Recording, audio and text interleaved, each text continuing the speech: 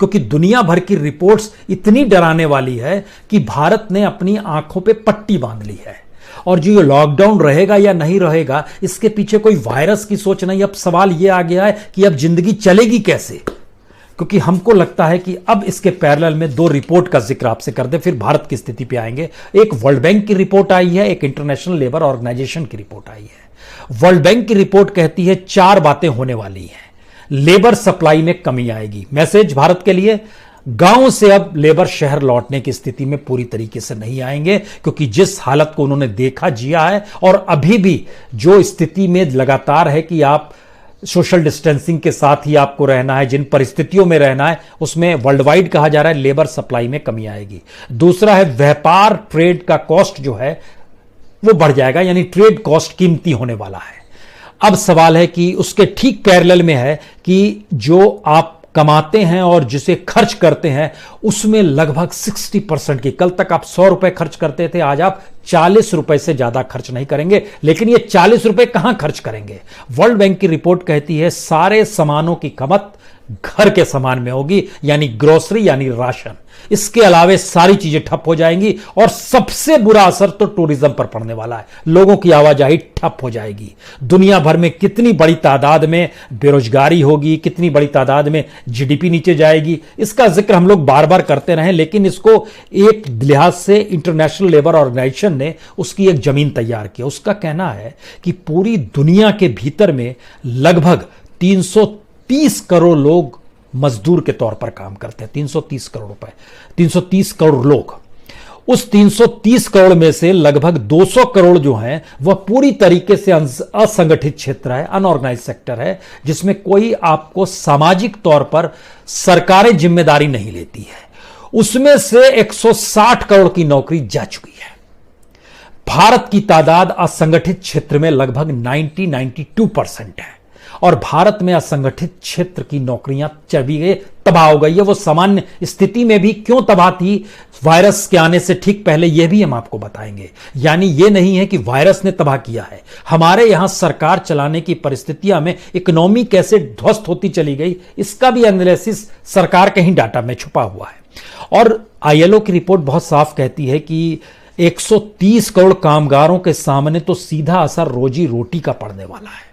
रोजी रोटी से मतलब है भूखमरी की स्थिति आती है, जिसका जिक्र आईएमएफ भी कर रहा है, इंटरनेशनल मॉनेटरी फंड भी कर रहा है। आईएलओ को कहना है कि मैन्युफैक्चरिंग सेक्टर होगा, एकोमोडेशन एंड फूड सर्विस होगा, होलसेल और रिटेल ट्रेड होगा, रियल एस्टेट होगा, पूरी तरीके से तबाह होगा। और इन स्थितियों के बीच में मानकर चलिए कि अगले 6 महीने कम से कम 10.5% काम के घंटों में गिरावट आ जाएगी, काम नहीं होगा लोगों के पास। इसका मतलब यह है कि कुल मिला के 30 करोड़ लोगों की फुल टाइम नौकरी चली गई। यह काम के घंटे और इसको अगर आप जोड़ देते हैं उसमें, इसीलिए लगभग 43 करोड़ लोग जो इंटरप्राइजेस से जुड़े हुए हैं, जो कारोबार से जुड़े हुए हैं, जो स्वरोजगार से जुड़े हुए हैं, जो स्टार्टअप किए थे दुनिया भर में, देश भारत को मिला के, उन पे जबरदस्त खतरा है। यह दोनों रिपोर्ट बतलाती है। अब इसके पैरेलल में आइए कि भारत के भीतर की स्थिति क्या है और भारत के भीतर की स्थिति क्यों डावाडोल है। हमको लगता है यहां एक चीज जिक्र आपसे कर दें। अगर मान लीजिए मार्च से पहले की स्थिति आपको बता दें, भारत की आर्थिक स्थिति क्या थी, और उसके बाद इस मार्च और अप्रैल में क्या हुआ, एक अलग हिस्सा है। मार्च से पहले की स्थिति यह थी कि जो विदेशी पैसा भी लगता है वह भी अलग अलग सेक्टर से निकलने लगा था। आज तो स्थिति और नाजुक हो गई है, उसका जिक्र करेंगे। और जो शेयर मार्केट और म्यूचुअल फंड का जिक्र होता है वह भी माइनस में चला गया था। वो कौन कौन से सेक्टर थे जो माइनस में चले गए थे? Financial service, auto sector, consumer staples, information technology, energy, bank, ये माइनस में चले गए थे, चाहे वो एफपीआई हो, चाहे वो म्यूचुअल फंड हो। और इन सब के बीच स्थिति इतनी बिगड़ती चली गई, जो टॉप मोस्ट जो इंडस्ट्रियल प्रोडक्शन जिसको माना जाता है, इंडेक्स यानी आईआईपी जिसको माना जाता है, उसमें लगभग 6.5% की गिरावट आ गई। 40% तक ये नीचे चला गया इसका प्रोडक्शन।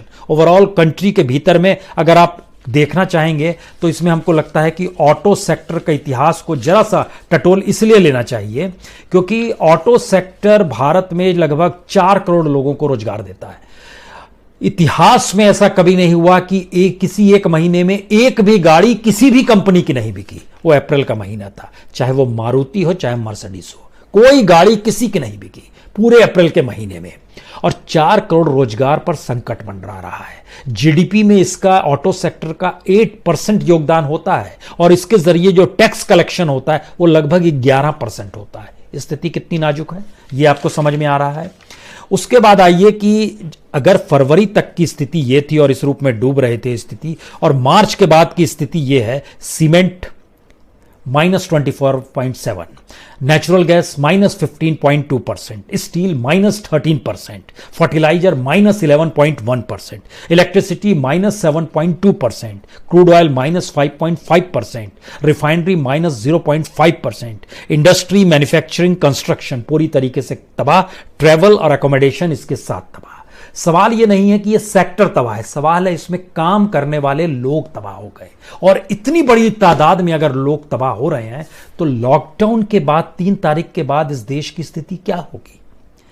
3 तारीख को एक बेस बनाते हुए चलिए क्या करना होगा और किस रूप में जीना। क्या सरकार के पास कोई स्थिति है, या सरकार सिर्फ यह सोच रही कि अच्छा लॉकडाउन था तो कोटा से बच्चों को मंगा लिए, आंध्र प्रदेश या तेलंगाना से रेलगाड़ी चला दिए और यह सब कुछ लॉकडाउन की स्थिति में हो रहा है, आवाजाही हो रही है, तो यानी एक नियम बनाया, वह नियम भी हम खुद ही तोड़ेंगे क्योंकि प्रेशर इतना ज्यादा आ गया है हमारे ऊपर। और यह प्रेशर ऐसा है जिसका जिक्र नारायण मूर्ति जो इन्फोसिस के हैं उन्होंने बहुत खतरनाक तौर पे बताया कि तय कीजिए कि वायरस से लोग मरेंगे या तय कीजिए कि भूखमरी से मरते हुए लोगों को आप देखेंगे जिनकी तादाद कई गुना ज्यादा होगी।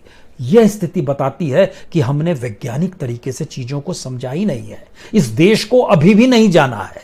इस देश को अभी भी देखने का नजरिया वही मार्केट इकोनॉमी और वही कैपिटलिज्म है जिसमें प्रॉफिट बेस्ड इकोनॉमी थी। अब प्रॉफिट बेस्ड इकोनॉमी का जिक्र नहीं है। अब अगर पॉलिटिकल पार्टीज के खातों में हजारों करोड़ रुपया है या किसी नेता के पास खूब रुपया, वो क्या करेगा?